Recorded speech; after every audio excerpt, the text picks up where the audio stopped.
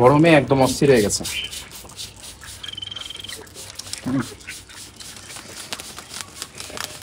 ও happy. আজকে প্রচন্ড গরম, এই যে হাত পুড়ে যাচ্ছে আমার। সবচেয়ে কিউট ছিল সেটা হিট স্ট্রোক করে সকালবেলা মারা যায়। গোসল করেছে সব বাচ্চাগুলো, দেখেন পানির মধ্যে, পানির অভাবে জাস্ট একটা পুকুরের অভাব আমার খামারে। রাজহাঁস পানিতে নেমে গেছে। সবচেয়ে সুখী মানুষ দেখেন, এই যে দুনিয়ার সবচেয়ে সুখী মানুষ।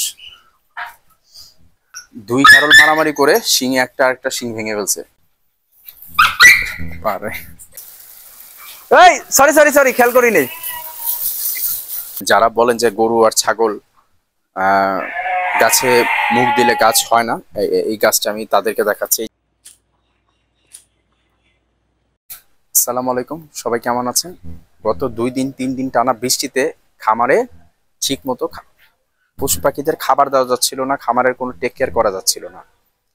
আজকে আবার এত গরম, হাঁস হ্যাপি ছিল কিন্তু খামারে মুরগি, তারপর গারলকে খাবার দেওয়া যাচ্ছিল না, বন্ড ভ্যানিলাকে বের করা যাচ্ছিল না।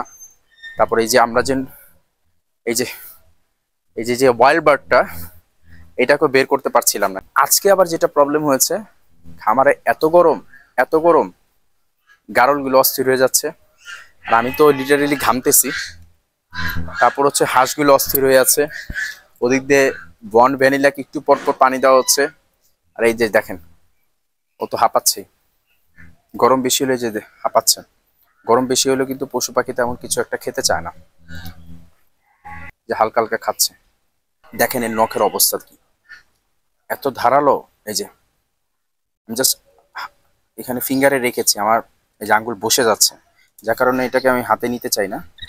এটাকে গ্লাভস ছাড়া ধরা ইম্পসিবল। সমস্যা হচ্ছে লক্ষা কবুতর, যদি আমরা যারা লক্ষা কবুতর পালি তারা কিন্তু লক্ষা কবুতর বেশিরভাগ আমরা এই যে কেজেই রাখি। হ্যাঁ, এই লক্ষা কবুতর কিন্তু ফ্লাই করতে পারে অনেকটা গোল্লা কবুতরের মতো। ওই দেখেন যেখানে কিছু গোল্লা কবুতর আছে, ওখানে কিছু আছে, টিনের উপরে কিছু ছিল, টিনের উপর থেকে ফ্লাই করে আমার লক্ষা কবুতরটা ওই যে দেখা যাচ্ছে, লক্ষা কবুতরটা ওই যে ওখানে চলে গেছে। তো যদি লক্ষা কবুতর ফ্লাই করে সেই ক্ষেত্রে এগুলো সুস্থ থাকবে। লক্ষা কবুতরে কিন্তু রোগ বালাই সবচেয়ে বেশি হয়। তো ওই যে লক্ষা কবুতর একটা সাদা মুম্বাই গোল্লা কবুতরের সাথে দাঁড়িয়ে আছে একটা জানালার কান নিচে। আর আজকে প্রচন্ড গরম, এই যে হাত পুড়ে যাচ্ছে আমার। 3 দিন টানা বৃষ্টি, আজকে গরম। গরমে এই যে হাঁসরাও হাঁপাচ্ছে। এই তো আমি ভেবেছিলাম হয়তো কবুতরগুলো আমার গাছ গাছালিতে বসে থাকবে, দেখতে ভালো লাগবে, কিন্তু না, জিনিসটা যেরকম চেয়েছি সেরকম হয়নি। ওই যে লক্ষাটা দেখা যাচ্ছে হোয়াইট কালার, ওইখানে আছে। ওই যে দেখেন, এই যে ঘিরে ধরেছে,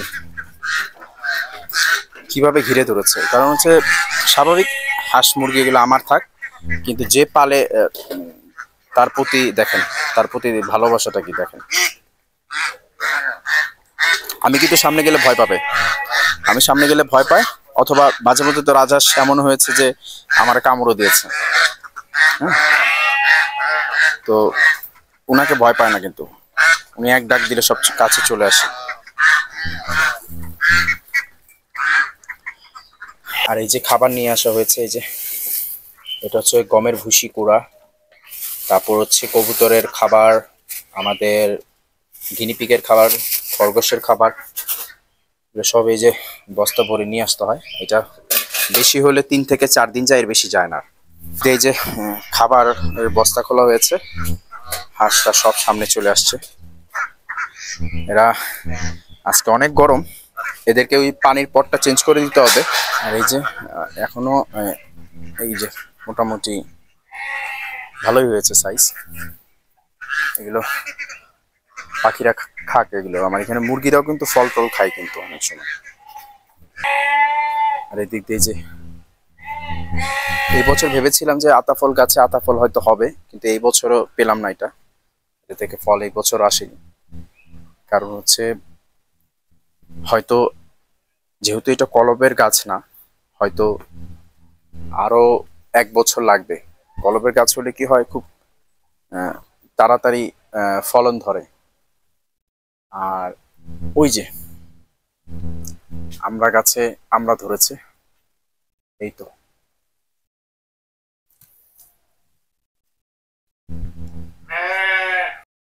খামারে আমার শিউলি ফুল গাছ আছে, কিন্তু আমার মনে ছিল না যে আমার একটা শিউলি ফুল গাছ যে আছে। এই যে শিউলি পাতা দেখতেই পাচ্ছেন, আমি আরেকটা শিউলি ফুল গাছ কিনে নিয়ে এসেছি, কিন্তু খামার অলরেডি শিউলি ফুল গাছ ছিল আমার। শিউলি ফুল আমাকে বলেছিল যে খামারে শিউলি ফুল গাছ লাগাতে পারেন, তা আমার আর খেয়াল ছিল না যে আমার খামারে শিউলি ফুল গাছ ছিল, কারণ এই দিকটা আমার একটু কম আসা হয়, তো এদিকটা একটু কম আসা হয়, তো যার কারণে শিউলি ফুল গাছটা আমার কথা খেয়াল ছিল না। আর এই যে গাছে কিছু, এই যে দেখেন, এই যে কিছু, এগুলো সব পোকার গাছ, এরা গাছগুলোকে মাঝখান থেকে খেয়ে ফেলে। ভাবছি গাছগুলোতে কিছু মেডিসিন দিতে হবে। এই গাছটা গরু খেয়ে ফেলেছিল। যারা বলেন যে গরু আর ছাগল গাছে মুখ দিলে গাছ হয় না, এই গাছটা আমি তাদেরকে দেখাচ্ছি। এই যে গাছ কিন্তু হচ্ছে। এইসব আজগুবি কথাবার্তা, হ্যাঁ এটা সত্য কথা, ছাগল গরু মুখ দিলে গাছের মানে যে হারে গ্রোথটা হয় ওই হারে গ্রোথটা একটু কমে যায়। কিন্তু মাশাআল্লাহ যে এই গাছটা আমার গরু খেয়ে ফেলেছিল, কিন্তু দেখেন গাছের হাইট দেখেন মাশাআল্লাহ কোথায় চলে গেছে। তখন গাছটা এতটুকু ছিল। খাবার দেওয়া হয়নি? হ্যাঁ, খাবার দেওয়া হয়নি তোমাকে? রাগ করেছো? আতা ফুল গাছটা এত সুন্দরভাবে ছড়িয়েছে, আমি নিজ দিয়ে কিছু ডালপালা কেটে দিতে হবে, কারণ গাছটা ডালের ভারে একদম ঝুলে গেছে। এই যে নিচু হয়ে কিন্তু ঢুকতে হচ্ছে আমার অলরেডি। এই দেখেন কি অবস্থা, ঝুলে গেছে একদম গাছটা।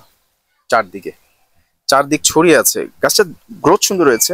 আমি এই যে এখান থেকে অনেক ডাল ছিল, এগুলো আমি কেটে দিয়েছি যেন গাছের হাইট উপরের দিকে চলে যায়। কিন্তু এই যে আমার মনে হয় যে এই ডালটা এখান থেকে কেটে দিলে, এই যে এই ডালটা গিয়েছে ঝুলে, এই ডালটা কেটে দিতে হবে, এটা বুঝে শুনে কাটতে হবে। তারপর হচ্ছে ধরেন আমার মনে হয় এখান থেকে ডালটা কেটে দিতে হবে। এই ডালটা কেটে দিলে এই যে গাছটার দিক দিয়ে ঝুলে আছে এগুলো তারপর দাঁড়িয়ে যাবে। ওই তো পরিষ্কার পানি দেওয়া হলো, কিন্তু সমস্যা হচ্ছে পানি দিলে কিছুক্ষণ পানি খায়, পানি খেয়েই সেই পানির মধ্যে আবার এগুলো নেমে পানি নষ্ট করে ফেলে। হাঁস অনেক নষ্ট করে। আর হাঁসের আরেকটা প্রবলেম হচ্ছে, আপনার চীনা হাঁস হচ্ছে সবচেয়ে নোংরা। এই চীনা হাঁস অনেক নোংরা। দেখেন গরমে একদম হাঁপাচ্ছে আজকে। আর এই যে ওনারা আসছে, ওনাদের সাথে আমি কথা বলছি। আমি খামার একটা ঝর্ণা করতেছি, ঝর্ণাটা হবে ডি সিস্টেমে, উল্টা ডি। আর এদিকে এই যে খেজুর গাছ লাগানো হয়েছে। গাছ বেশি লাগালে আবার সমস্যা হবে যে মশার উপদ্রব বেড়ে যেতে পারে, তো যার কারণে গাছ যেখানে বেশি থাকবে স্বাভাবিক মশা ওইখানে বেশি থাকবে। খামারে যে একটু কাছে আসি, ক্যামেরাটা নিয়ে দেখি।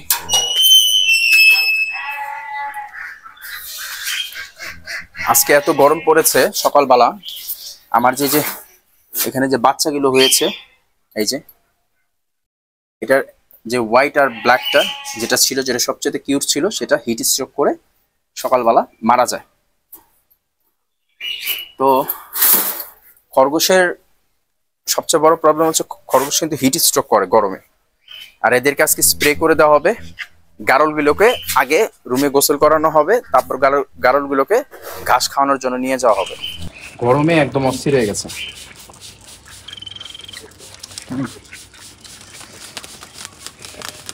ও হ্যাপি, এটা ও হ্যাপি সাইন দিচ্ছে কিন্তু। হ্যাঁ, ও হ্যাপি সাইন দিচ্ছে।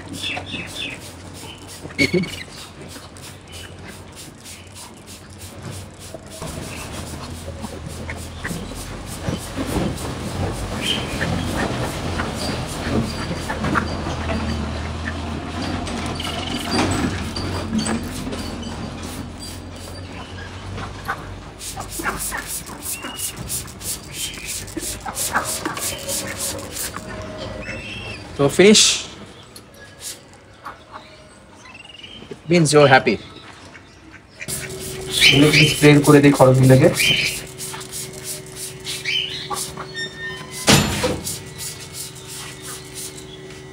অনেক গরম তো, হিট স্ট্রোক যেন না করে ফেলে।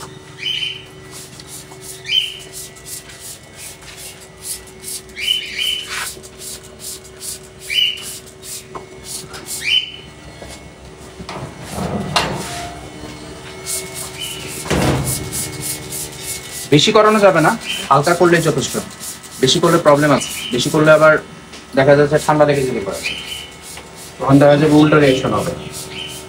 আর এটা যেহেতু একটু লোম বেশি, এই সাইডে একটু করছি।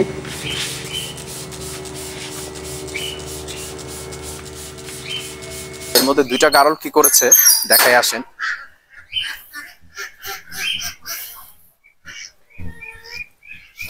ওই যে দেখেন অলরেডি গোসল করে পানি নষ্ট করে ফেললো, দেখেন কি অবস্থা।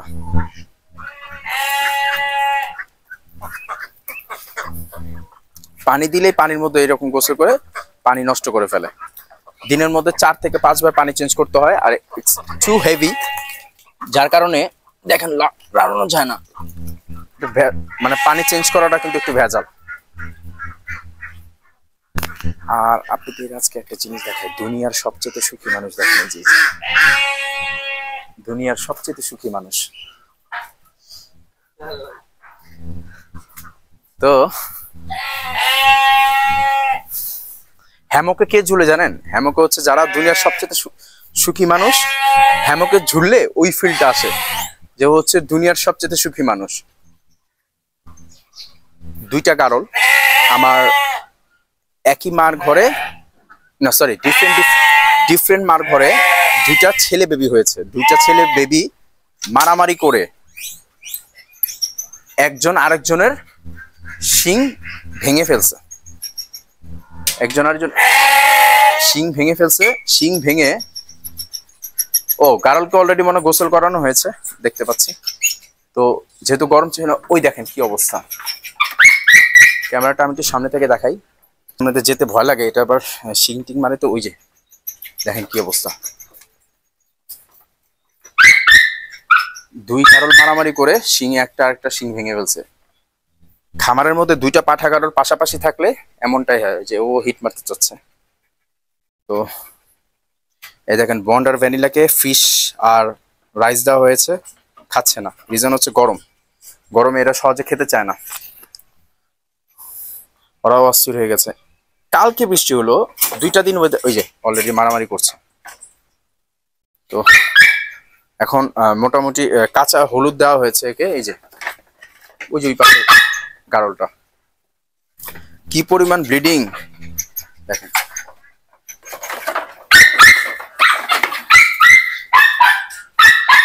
এখন প্রতিদিন একে কাঁচা হলুদ দিয়ে রাখতে হবে, না তো ওই জায়গাটায় এই যে এই গারলটা, ওই যে শিং ছিল এই পাশে শিংটা আছে, ওই পাশে শিংটা ভেঙে ফেলেছে। কিভাবে গুতাটা মারলো, কিভাবে গুতা মারে দেখছেন? এভাবে গুতাগুতি করে শিংটা ভেঙে ফেলছে। কিন্তু যদিও ও ওর সাথে মারামারি করে নাই, গুতাগুতিটা করেছে হচ্ছে আরেকটা পাঠা গারলের সাথে। তুমি থামো। যেহেতু দেখলেনি তো কিরকম এক সাইড পুরো ভেঙে গেছে, শিং তো আর গজানো পসিবল না, এখন হয়তো এরকমই থাকবে। আর এই যে গুতা মারার জন্য রেডি। পারে তো শিকলদা বাঁধা, নাহলে ও জানে ও শিকলদা বাঁধা বেশি দূর আসতে পারবে না। তো কত ধরনের প্রবলেম প্রতিদিন আমাদের ফেস করতে হয়, কত ধরনের। আমরা এখানে একটা, যেহেতু আমার হাঁসগুলো এখানে ছাড়া থাকে, তো আমি এখানে একটা ঝর্ণা করতে চাচ্ছি। কিন্তু ঝর্ণা করলে কি হবে, হাঁসগুলো পানির মধ্যে নেমে যাবে। আর ওখানে আমি কিছু বড় বড় কার্প জাতীয় মাছ ছাড়বো। তো ওই যে যাকে দেখালাম উনি কাজ করছে, উনি কন্ট্রাক্টে এটা কাজ আমাকে করে দিবে ঝর্ণা নিয়ে, তখন উল্টা ডি হবে। ঠিক এরকম গোল করে এদিক দিয়ে কিছু রেখে দিতে হবে, এদিক থেকে ঝর্ণার পানিগুলো পড়বে এখানে। কিন্তু প্রবলেম হচ্ছে খামারে হাঁস আছে, হাঁসগুলো কি করবে, সে ঝর্ণার পানির মধ্যে নেমে যাবে। নেমে গোসল টোসল করে পুরা ঝর্ণার পানি নষ্ট করে ফেলবে। তার জন্য উনি একটা আইডিয়া দিয়েছে, সেটা হচ্ছে এখান থেকে আবার কেজ করে দিতে হবে। সেই কেজ দিয়ে মুরগি ঢুকতে পারবে ফ্লাই করে, চীনা হাঁসও ফ্লাই করে যেতে পারবে। আমার মনে হয় না অতটা একটা প্রবলেম হবে, সেই ক্ষেত্রে আমি মাঝে মধ্যে পানি চেঞ্জ করে দিব। আর হাঁস ফ্লাই করে যেতে পারবে না, তো সেক্ষেত্রে আমি এখান দিয়ে আমার কেজ করে বাউন্ডারি দিয়ে দিতে হবে। আর সেই কেজটার ভিতরে আমি এই হুলপদ্ম গাছটা বা ওই ঝর্ণাটার ভিতরে আমি এই হুলপদ্ম গাছটা আমি লাগাবো। এই জন্য এটা এখনো, যে ক্যামেরাটা কাছে নিয়ে আসি, এই যে এটা এখনো বস্তার মধ্যে রেখে দিয়েছি। এই ঝর্ণাটা খুব বেশি হলে 2 থেকে 1 দিন এরপরে কাজ করা শুরু হয়ে যাবে। আমরা এখনো ডিসাইড করতে পারছি না কি সিস্টেমে আমরা ঝর্ণাটা দিব। এটা বিভিন্ন সিস্টেমে হয়। একটা হচ্ছে বাঁশ গাছ দিয়ে, বাঁশ গাছ না, বাঁশ দিয়ে করা। আর একটা হচ্ছে কলস দিয়ে, তারপর হচ্ছে আপনার হতে পারে কলসগুলো যে ফুটা করে, কলসের ফুটা দিয়ে দিয়ে পানি পড়বে। তারপর হচ্ছে পাহাড় করে, পাহাড় দিয়ে, যেমন আমরা বিভিন্ন চাইনিজ রেস্টুরেন্ট গুলোতে দেখি যে পাহাড় থেকে পানিগুলো মানে পড়ে, সেটাও আমরা চাইলে করতে পারি। আপনার আইডিয়া দিতে পারেন। এখন আমি চয়েস করতে পারছি না, এতগুলো দেখিয়ে ফেলেছে তো আমাকে, কোনটা এক একটা থেকে এক একটা সুন্দর, কোনটা যে আমি করব এখনো ডিসাইড করতে পারছি না। তো আজকে আমাকে আরো 2-একটা স্যাম্পল দিবে। তাছাড়া আপনারাও চাইলে আমার সাথে একটু স্যাম্পলগুলো শেয়ার করতে পারেন যে আমি ঝর্ণা সিস্টেমটা কি সিস্টেমে করতে পারি। সেটা হচ্ছে বাঁশ দিয়ে করতে, কম খরচে করা যায় কোনটা, কম খরচে দেখতে সুন্দর হবে সেইটা। আর সেখানে বড় বড় যে আমরা চাইনিজ রেস্টুরেন্টগুলো তো দেখি যে এত বড় বড় যে কালারফুল মাছগুলো, সেই মাছগুলো আমরা সেটার ভিতরে ছাড়বো। আরেকটা জিনিস দেখাই, শিউলি ফুল গাছের কথা বলছিলাম, সেই শিউলি ফুল গাছের আমি ভুলবশত 2টা শিউলি ফুল গাছ, একটা ছিল আমার, আমি আর একটা কিনে এনে ফেলেছি। তো তারপর সমস্যা নেই, এটাই এই যে এখানে কাজ চলছে, তো এখানে কিছু সিমেন্টের বস্তা আছে, এখানে শিউলি ফুল গাছটা লাগানো হবে। আর এইটা কি ফুল গাছ কেউ বলতে পারবেন কি? এই যে এটা কি ফুল গাছ জানি না, এটা 12 মাসি, এটা 12 মাসি, এইটা আমরা লাগাবো। তো আমার না গরমে অস্থির লাগছে আজকে। আর তার আগে আমাকে একটু দাও তো, একটা ওই যে একটু চেক করে দেখবা যে মিষ্টি আলু গাছ, মিষ্টি আলু হয়েছে কিনা। কতদিন লাগে এটা হইতে?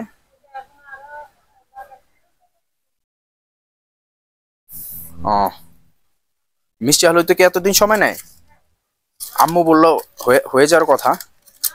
আমরা মিষ্টি আলু গাছ লাগিয়েছিলাম, আপনাদের মনে আছে কি? তো এই যে এগুলো 12 মাসি ফুল গাছ। এই যে দেখেন মিষ্টি আলু গাছটা আমি, আমার মনে হয় সর্বোচ্চ আমি এতটুকু নিয়ে এসেছিলাম। দেখেন মিষ্টি আলু গাছটা কত বড় হয়ে গেছে। আর এদিক দিয়ে এই যে এইসব যে গাছগুলো হচ্ছে, এগুলো কিন্তু তুলসী পাতা গাছ। তুলসী পাতা গাছ আপনি একটা লাগাবেন, এই যে বিভিন্ন জায়গায় বীজ ছড়িয়ে বাতাসে ছড়িয়ে যায়, আর বিভিন্ন জায়গা থেকে গাছগুলো, এতে হয় কি সমস্যাটা, অন্য গাছের গ্রোথটা কমে যায়। এগুলো আমি মাঝে মাঝে প্রতিদিনই এসে ক্লিয়ার করি, প্রতিদিনই হয়ে যায়। তুলসী পাতা গাছ 2-একটা লাগালে হয়ে যায়। যে এখান থেকে এই যে বীজগুলো পড়ে, যে এখান থেকে এগুলো বাতাসে উড়ে যায়, বিভিন্ন জায়গায় পড়ে, আর বিভিন্ন জায়গায় গাছগুলো ছড়িয়ে ছিটে যায়, এতে আমার অন্য গাছের গ্রোথ গুলো কমে যায়।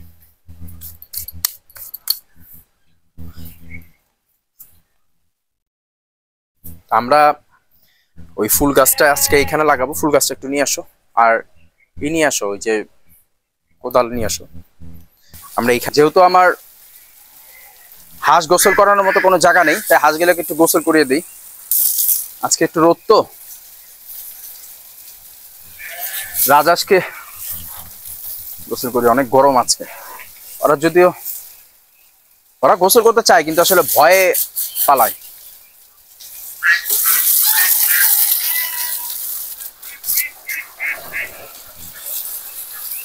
দেখাই পাতাগুলো, এখানে কিন্তু বাগান বিলাস গাছ আছে। এই এই সরি সরি সরি, খেয়াল করি নেই।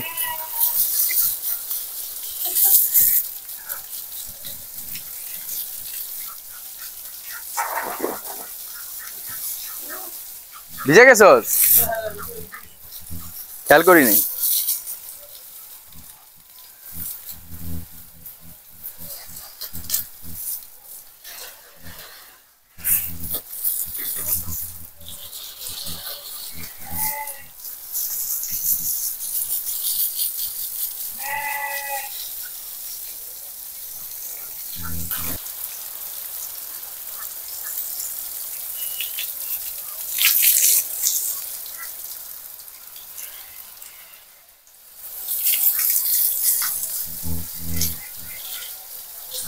গোসল করেছে সব।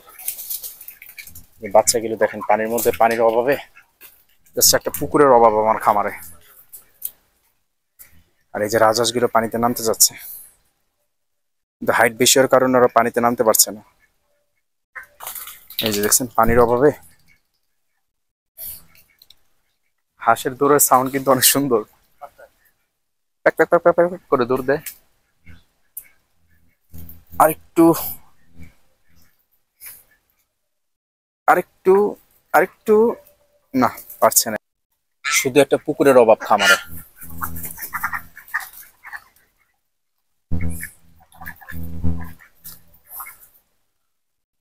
পুকুর থাকলেই হইতো, আজকে পানিতে নেমে যেত। এই যে সবেদা গাছে সবেদা ফল দেখেন।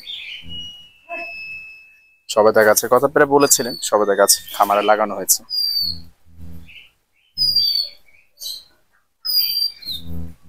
কি সুন্দর পাখি ডাকছে, তাই না? আর এই দিক দিয়ে যে রাজহাঁস পানিতে নেমে গেছে। অনেকবার ট্রাই করার পর একবার পানিতে নামলো। দেখেন কিভাবে গোসলটা করে। স্পেসটা ছোট তো, যার কারণে।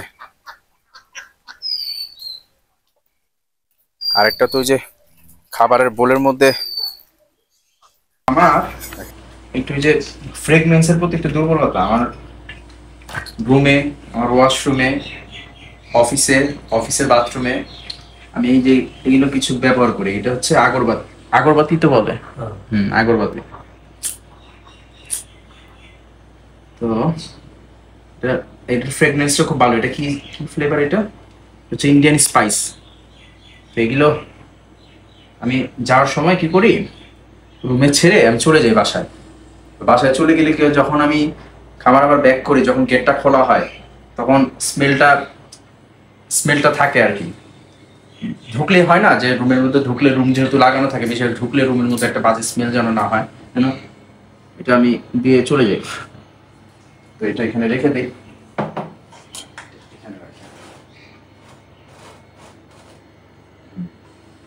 তো স্মেল ভালো। এটা অনেক ফ্রুটসের ফ্লেভার আছে অনেক, কিন্তু আমার ওগুলো ভালো লাগে না। আমার কাছে যে স্পাইস সুইট যেগুলো, এগুলোর স্মেলগুলো আমার কাছে খুব ভালো লাগে।